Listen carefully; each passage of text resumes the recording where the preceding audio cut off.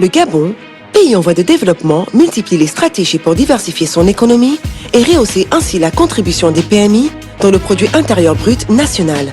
Cette diversification est d'autant plus importante que le pays dépend fortement de l'étranger.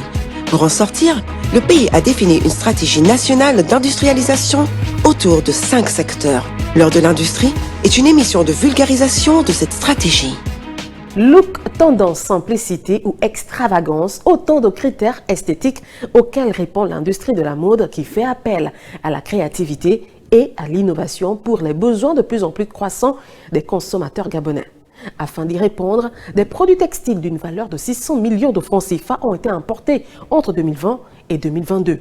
Une valeur d'importation qui interpelle et reflète un écart important entre l'offre de production locale et la demande.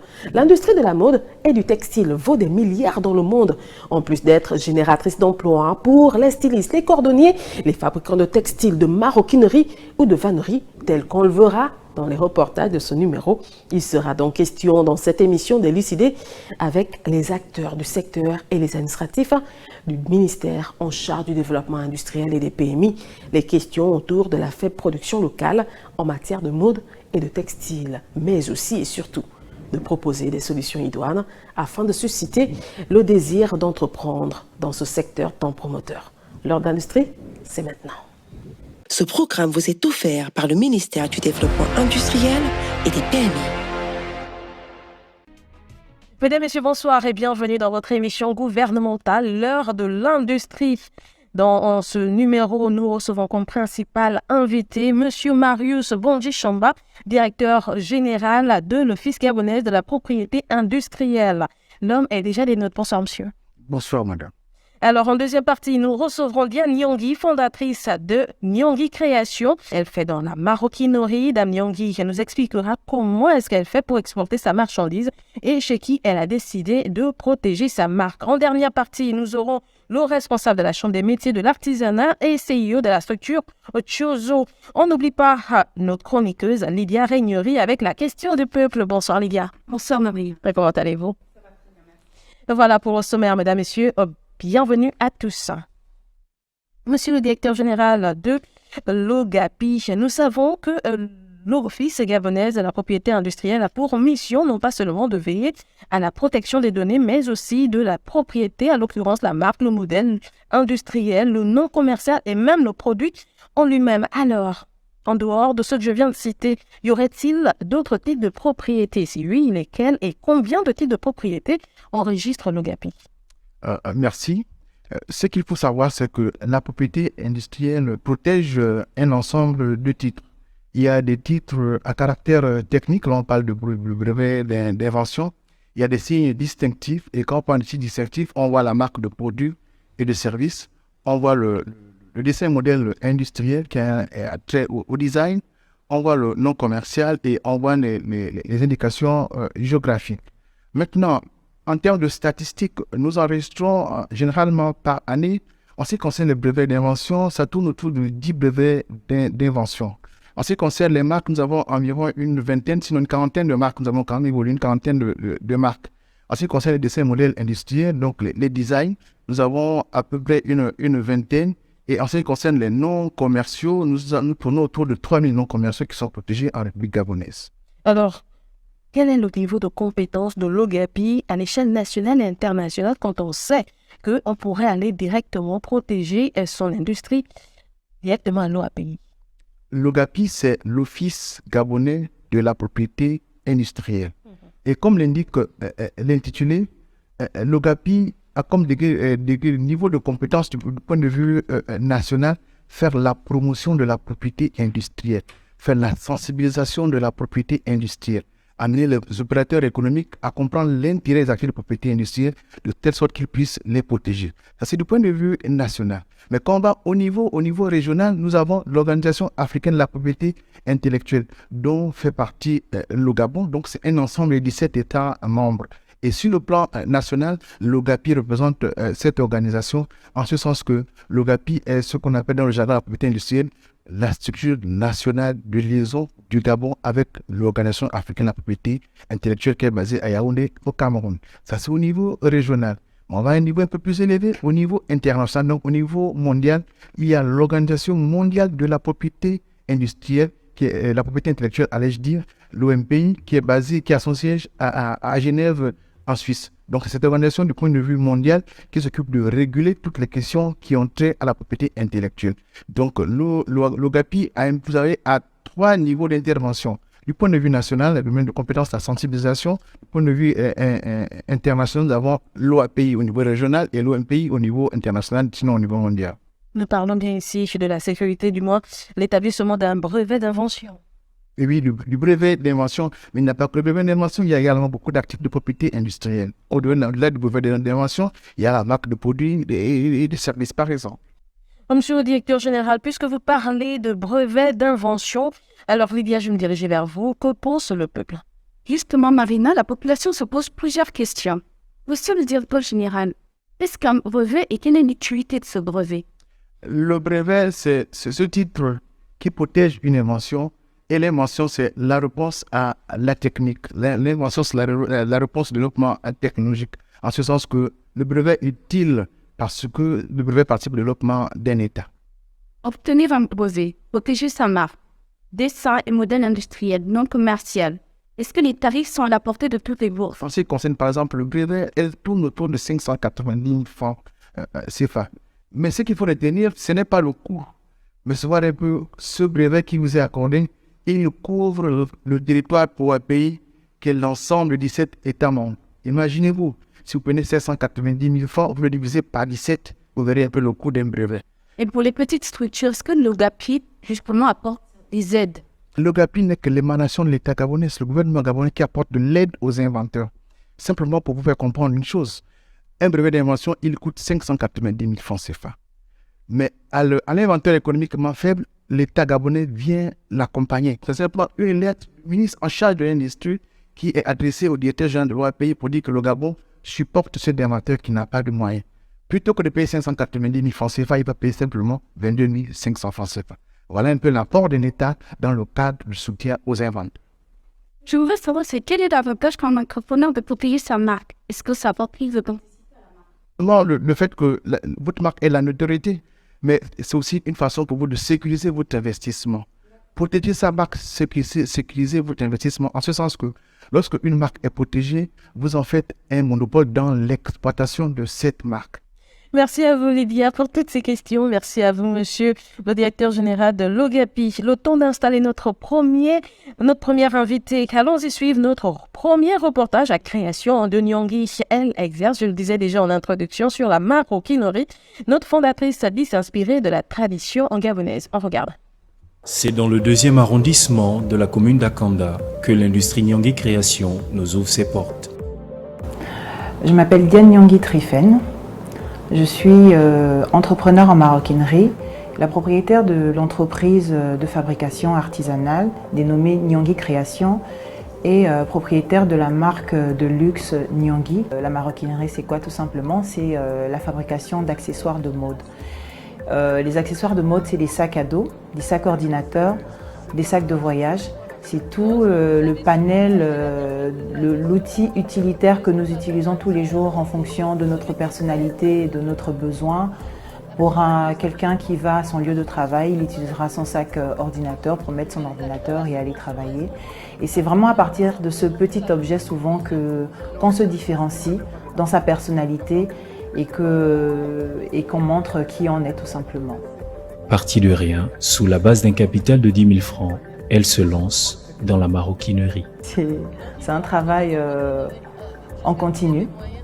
Il faut gérer le personnel, les approvisionnements et respecter les délais. Donc c'est tout un travail qui se fait en permanence. Nous travaillons énormément sur les fêtes de fin d'année. La fête des mères, la fête du travail, la fête des pères, des cadeaux entreprises et des cadeaux de Noël. Voilà. Et donc, suite à notre planning annuel, nous déployons avec les équipes. Nous voyons ce qui nous manque en termes de matières premières et nous faisons la fabrication dans les délais impartis. Diane rencontre des difficultés sur l'approvisionnement, le coût élevé des matières premières et sur le plan fiscal. Au Gabon, malheureusement, et c'est vraiment l'un de nos leitmotifs, nous ne fabriquons rien. Vraiment pas grand-chose. Même souvent le raffia, la provenance n'est pas totalement du Gabon, elle vient des pays étrangers, ce qui est fortement dommage. Donc on a ce problème d'approvisionnement de la matière première qui a un certain coût. Et donc ça fait que tout de suite, même lorsqu'on veut faire du middle ou du bas de gamme, on est obligé de se positionner haut de gamme. Certaines entreprises qui s'instituent en EI, comme la nôtre, souvent sont assujetties à des taxes qui dépassent un peu leur entrée. Et voilà, on est obligé de les payer. Malgré tout, elle s'ouvre à nous et nous présente ses projets d'avenir. Nous aspirons, sur le plan humain, à ouvrir un atelier plus professionnel, pourquoi pas une usine de production qui pourrait concurrencer certains pays de l'Afrique de l'Ouest. Nous avons également pour projet de développer une gamme de maroquinerie de luxe, des sacs à main, des sacs à dos, des sacs ordinateurs, comme je le disais, fortement inspirés de la culture gabonaise. Nous avons développé déjà des axes comme autour du perroquet gris du Gabon, de la panthère noire du Gabon, et nous espérons d'ici quelques années pouvoir mettre ce beau projet sur pied pour rendre le Gabon fier et pour rendre l'Afrique fière, pour leur dire qu'on peut faire de belles choses au Gabon par des Africains tout simplement. Dans ce plateau, nous sommes en compagnie de Diane Nyongi, fondatrice de Nyongi Création. Elle nous a rejoint sur ce plateau. Bonsoir madame. Bonsoir madame. Et comment allez-vous? Bien, merci. Je vais me diriger du côté du directeur général de l'OGAPI. Monsieur le directeur général, nous venons de suivre un reportage sur la gamme de sacs conçus chez Nyongi Création. Au regard de ce que vous nous avez expliqué en première partie, quel titre de propriété serait donc applicable à ces produits? Au regard de son activité, le premier titre à protéger, ce sont les dessins et modèles industriels. Ce sont les designs, ce sont les modèles de toutes ces créations. Maintenant, Nyongi Création est une structure commerciale, donc qui a une enseigne que la clientèle pourrait reconnaître. À partir de ce moment, il va falloir qu'elle protège son nom commercial. À côté de cela, elle a des produits qui vont être exposés dans des structures commerciales, donc qui vont avoir des identifiants, ce qu'on appelle les logos. Donc, ce sont des marques de produits qui doivent être également protégées. Donc, en ce qui concerne son activité, il y a 3 actifs de propriété industrielle à protéger. Il y a les dessins et modèles industriels, il y a le nom commercial, il y a la marque des produits Nyongi à protéger.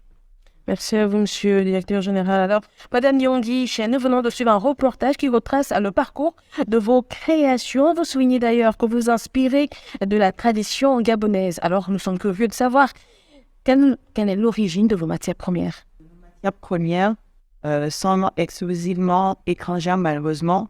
Nous importons beaucoup de matières premières de l'Afrique de l'Ouest.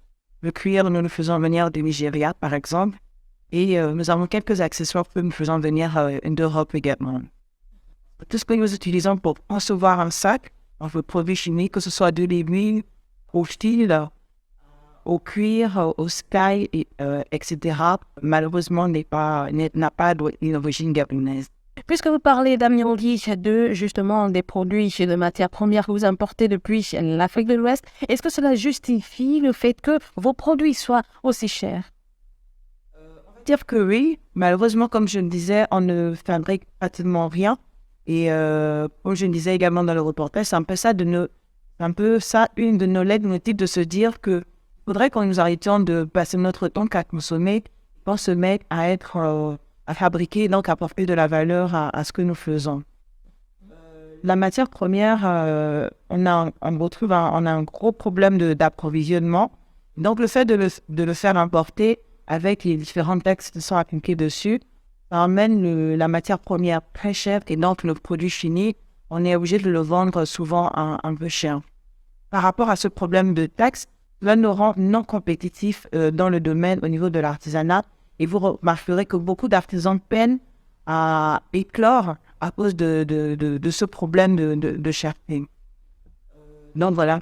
Alors, puisqu'on parle de ce problème de cherté, l'administration, est-ce que vous avez un moyen d'accompagnement pour justement résorber ce cette cherté nationale? Je veux simplement conseiller à notre jeune compatriote qu'il faut déjà qu'elle se rapproche de la Direction générale de l'industrie et de la compétitivité de la DGIC, qu'elle se fasse enregistrer, qu'on ait un identifiant pour son entreprise, parce que nous avons au niveau du ministère le fichier industriel gabonais.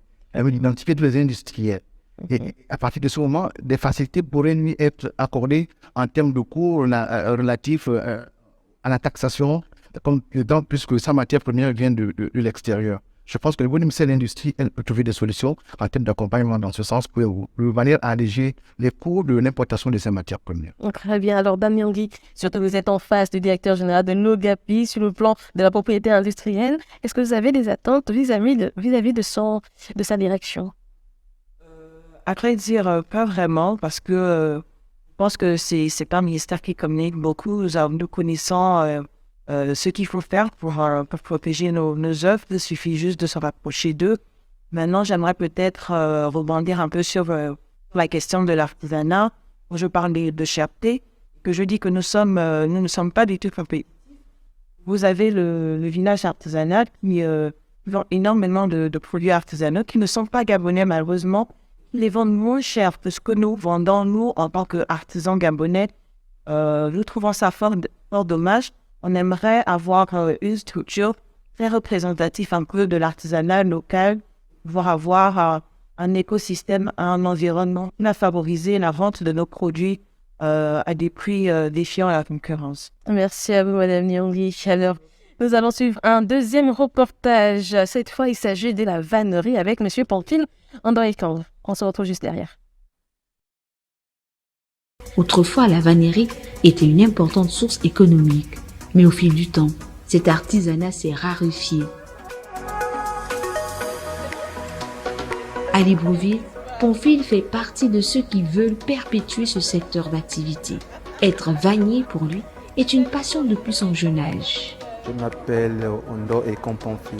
J'ai fait la vannerie et la vannerie a été aussi ma passion. J'ai commencé la vannerie à bas âge. J'étais encore à l'école. J'ai commencé avec un béninois, jusqu'à ce que j'ai commencé à aller dans les ateliers. Et alors, en allant dans d'autres ateliers, j'ai développé aussi le travail, jusqu'à ce que moi, je me suis décidé d'avoir aussi une structure aussi comme les autres.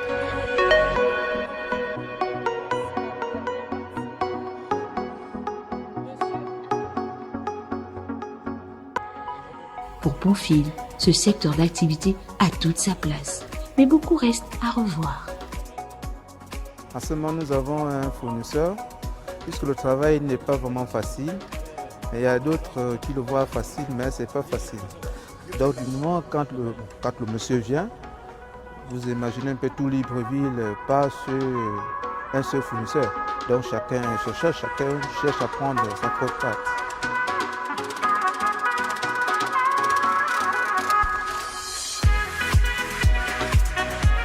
Du travail, parfois il y a des difficultés du travail, parfois elle est bonne, parfois elle est mauvaise. On peut faire sortir des choses comme tu voyais là. On n'a même pas un client qui vient de nous. Mais c'est la loi du commerce. Et ça dépend aussi du travail que tu fais. Parce que si tu fais par exemple comme ce secteur, et en fait c'est pas tout le monde qui apprécie. Il y a d'autres qui savent un peu cette valeur, qui viennent même mettre du doigt, comme l'endroit est quasiment nouvelle. Donc il y a un atelier ici, donc tu vois, c'est tout ça. Donc parfois on a les difficultés, il n'y a pas de clients. Et le jour où Dieu fait grâce, tu vois quand même un client qui vient te dépose au moins 50 000 francs. Tu dis Dieu merci. Moi dans les jours à venir, moi j'aurais souhaité, moi jusqu'aujourd'hui je le souhaite, d'avoir des jeunes, parce qu'on commence par là, des jeunes qui commencent à apprendre quelque chose qui peut les aider demain. Donc, il faut des jeunes pour apprendre ces métiers, en fait pour prendre le relais. Donc c'est tout ça. De retour sur notre plateau, place à la dernière partie de notre émission. Monsieur Apita nous a rejoint. Il s'agit du président de la Chambre nationale des métiers de l'artisanat du Gabon, CIO de la structure Chozo.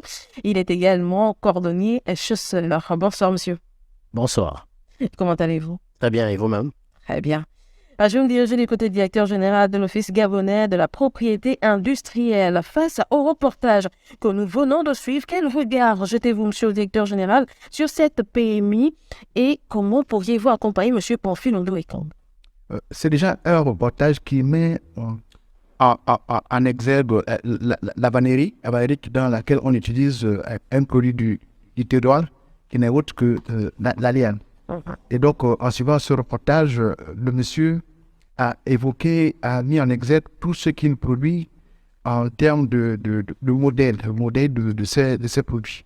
Et dans le cadre de notre activité, quel conseil devons-nous lui donner? C'est simplement de lui demander de se rapprocher de nos services à l'effet d'indiquer à ce monsieur quel est le processus à suivre pour la protection de ces dessins et modèles industriels.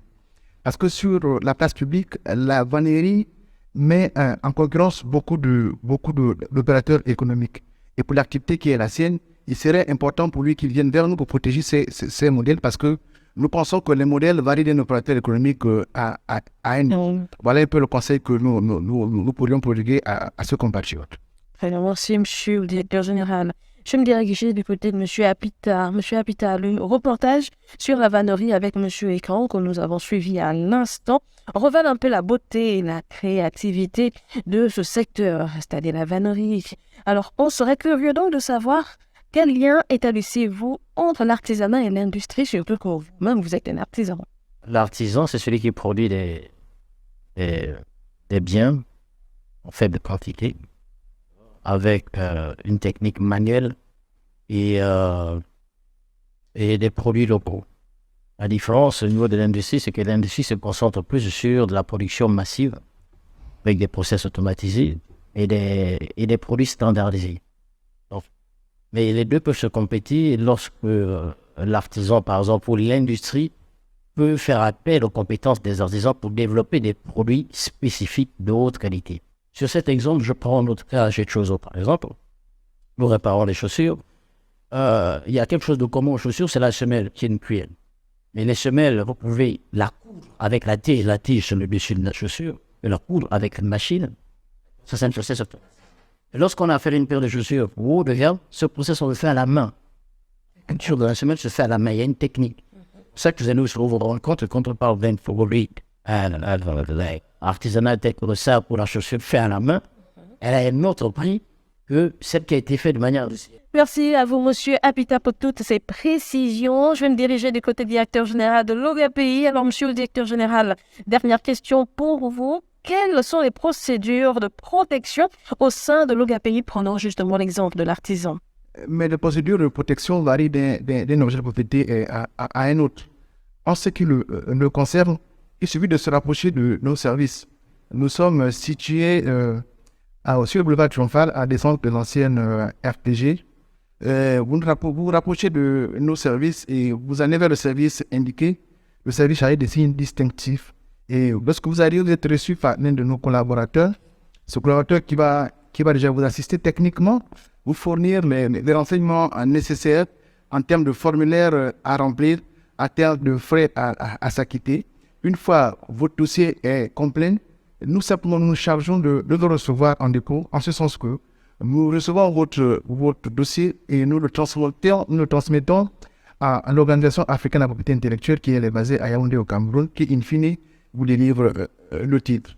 C'est pourquoi je disais en entendant de mon propos que nous sommes la SNL également avec l'OAPI, parce que toutes les demandes qui vont à l'OAPI passent par l'OGAPI avant d'arriver au Cameroun, où est situé, où est basé l'OAPI.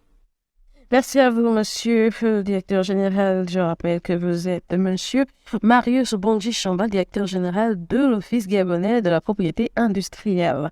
Je vais me diriger du côté de monsieur Apita. Dernière question. Quel conseil donneriez-vous à monsieur Pamphile Ondo, ou du moins à tous ces artisans qui font dans la vannerie? Le conseil, c'est vraiment d'avoir cette vision, le développement de son activité, l'agrandissement de son activité, et de tout faire pour en parler et rencontrer les bonnes personnes, les bonnes institutions. pour que l'activité ne se concentre plus simplement sur un désir de manger, de vivre, mais de se développer pour que ça puisse répondre à un besoin, parce qu'il y a vraiment bon conseil. Merci à vous, Monsieur Apita. Je rappelle que vous êtes le président de la Chambre nationale des métiers de l'artisanat du Gabon, en même temps CEO de la structure Chozo, et vous êtes cordonnier chausseur. Merci d'être passé sur notre plateau. C'est la fin de notre émission, l'heure de l'industrie. On se donne rendez-vous la semaine prochaine. Je rappelle que je recevais sur ce plateau Monsieur Marius Bonji Chamba, directeur général de l'Office gabonais de la propriété industrielle. C'était en première partie. En deuxième partie, nous recevions Liane Nyongui, qui n'est autre que la fondatrice des Nyongui Créations. Elle était des nôtres sur ce plateau. En dernière partie, nous avons reçu Monsieur Apita, président de la Chambre nationale des métiers et de l'artisanat du Gabon, CEO de la structure Chozo. Merci à vous de nous avoir suivis. Prochain rendez-vous la semaine prochaine. Ce sera toujours avec moi, Marina Boissa, et toute mon équipe technique cachée juste derrière la caméra. Au revoir. La stratégie nationale d'industrialisation est une opportunité offerte aux Gabonais pour développer des petites et moyennes industries capables de répondre à la demande intérieure et réduire les importations. Au-delà de créer des emplois et des nouvelles chaînes de valeur, les avantages concédés aux industriels permettent de détecter les talents et les savoir-faire de nos industriels et de créer une classe d'hommes d'affaires susceptible de soutenir une économie gabonaise prospère et solide. En un mot, la stratégie nationale vous permet de devenir riche. Alors, osez. Ce programme vous est offert par le ministère du Développement industriel et des PME.